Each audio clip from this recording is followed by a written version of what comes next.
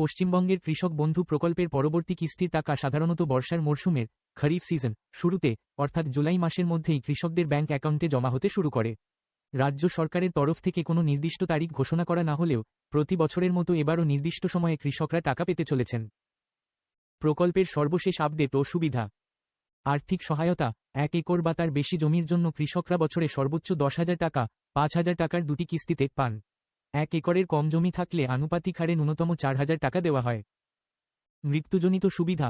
18 থেকে 60 বছরের মধ্যে কোনো নিবন্ধিত কৃষকের মৃত্যু হলে তার পরিবারকে এককালীন 2 লাখ টাকা সহায়তা দেওয়া হয়। আপনার টাকা কবে ঢুকবে তা যেভাবে চেক করবেন: 1. সরাসরি কৃষক বন্ধু অফিসিয়াল ওয়েবসাইটে ভিজিট করুন। 2.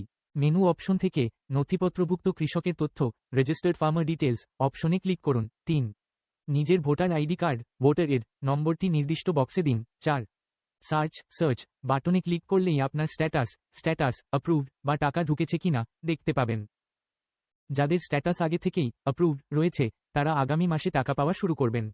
কোনো সমস্যা হলে স্থানীয় কৃষি দপ্তরে যোগাযোগ করতে পারেন।